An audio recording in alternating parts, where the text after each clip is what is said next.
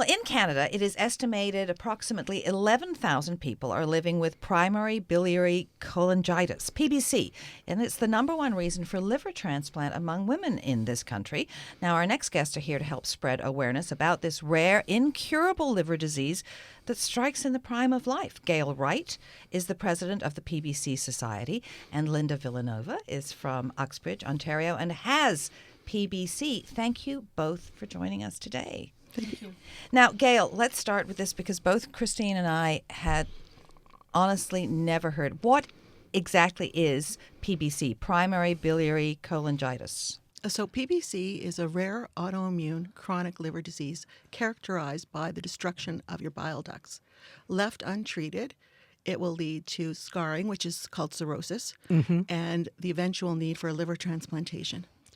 So you say that it's hits in the prime of life. So what happens between, 15 and the prime of life? I don't know what age that would be. So the cause of PBC is unknown.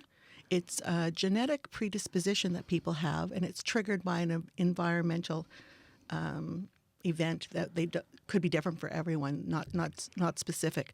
So women, Give us an example of an environmental event. Oh, well, you could live near a toxic waste site. You could have had too many dental x-rays when you were small. They don't really know what the trigger is, but you have a genetic predisposition. So it would be like rheumatoid arthritis. You might have that running in your family. You might carry the gene for that, but you don't know why you would have it and your sister wouldn't have it. So... Okay, so Linda, tell us about your experience having PBC. How did you find out you had it? Well, with me, I was having colds, and they were back-to-back. Antibiotics didn't work, nothing worked. So I went to my GP, and she did some tests and found out that my liver enzymes were very high. I was very fatigued, exhausted. I had something called brain fog. That's when you can't think properly. I'd be sitting in meetings, running meetings. There'd be 14 people sitting there, and I couldn't think what I was going to say next. How long did the onset of this take? I mean, it probably creeps up. For me, probably not feeling well off and on for about a year. Okay. So are those typical symptoms, Gail? So the main symptoms are fatigue, and people describe that as being covered with a lead blanket. So it's not just your regular tired because you work and you have children and you have aging parents. Yeah, I was going to say, how can you tell the difference? No, it's the these type days? that you can't get off the sofa, like something is holding you back. And the other main symptom is itchiness, but it's not just itchiness that you might feel from mosquito bites. It's like bugs crawling on the inside of your skin. So it's quite specific, and frequently it happens on the palms of your hands or the soles of your feet. The other symptoms include dry eyes and dry mouth. And when you get into later stage disease, you could have jaundice, yellowing of the skin and the eyes, variceal bleeding, which is an internal kind of bleeding, and extended abdomen. But generally women, and this is interesting, are diagnosed between 40 and 60 years old. And if they come into the doctor with a symptom of fatigue, that's pretty not too unusual because most women, that's the prime of their working and family life. And menopause can be yes, hitting in exactly. So there. it can be very confusing for a family doctor to know how to assess that. And often they think it's depression.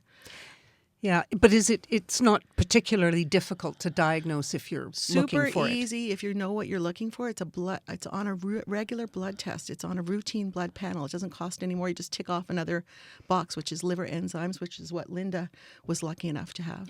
Yeah, so but I mean, yay for your GP. Very yay. Very Yes, yay. I'm very lucky. But so how do we know that that's something that our GP, or should we just all be aware and say, could it be something? Anyone like who's this? listening, if they experience that kind of fatigue, that kind of itchiness, should be asking their GP to do a liver panel, liver test. A liver panel Blood test. work. It's just simple blood work. And if their enzymes can't come back elevated, they should be referred to a specialist.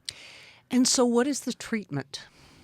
So the treatment that I got, there's one drug that's been around for about 20 years, and that's what they put you on initially. For me, it worked. It got the numbers down, but not down enough. So my hepatologist referred me down to the liver clinic at Toronto General to a PBC specialist, and she was awesome. We started on a brand new drug that just came out in 2017, and again, that reduced my liver enzymes as well. We're still not in normal stage, but we're a lot better than we were. Okay, when we started this segment, we said it was incurable. Does this drug just manage the Yes, symptoms? it's just managed. There is no cure. So what's the prognosis for your health? I'm hoping it'll be good. So far, I'm functioning very well with the new drugs. Is this something you could stay on forever? I have to stay on forever, yes. So is the brain fog gone? The brain fog went away after about a year on the new drug. I was thrilled with that. My energy level is much better than it was, to the point that we went to Italy last year. We're going to Italy again this year. So you can live with it. Absolutely. So what about the itching? Did you ever have it? No, I didn't have that symptom, luckily. There's a lot of people are a lot worse off than I am. I think I'm one of the luckier ones. Is there a stage at which point the drugs no longer work to manage it? That would be different for every single person. But Okay. if you respond to the drugs, they say you can live a normal lifespan. Now, you said that most people are have a genetic predisposition for it. Do you worry about your daughter? Yes, I do, and we've already had her tested. And? And well, at this point, no, she's only 16. So, but we will continue to monitor that. sort To of as she monitor grows. that. Yes.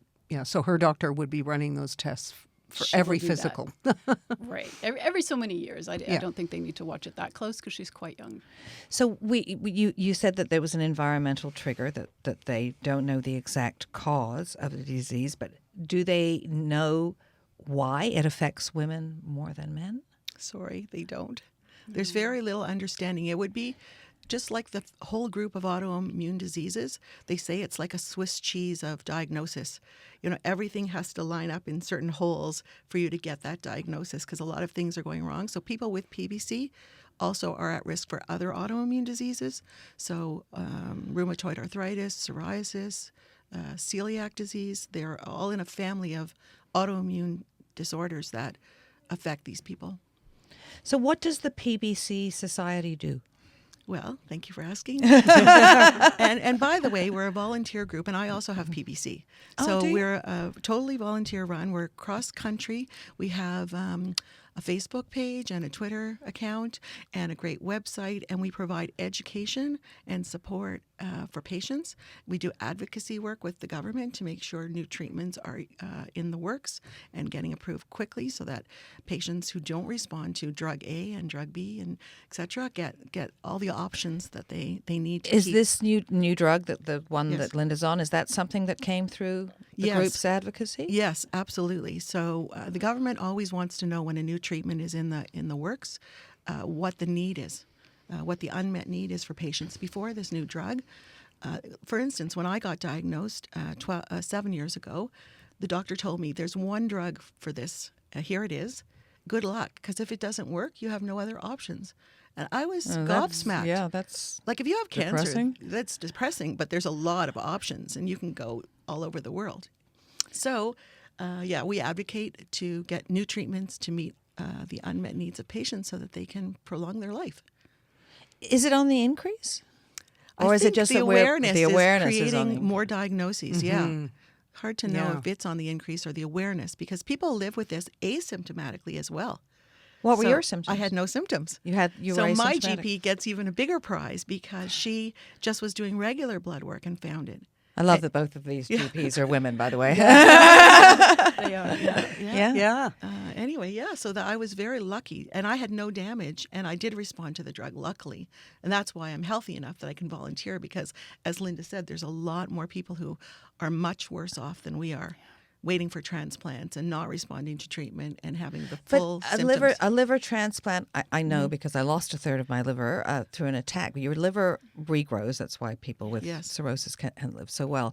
So do you advocate also for living donors? Oh, absolutely. Living donors are really important. It's actually hard for a person with PBC to get a cadaver donor.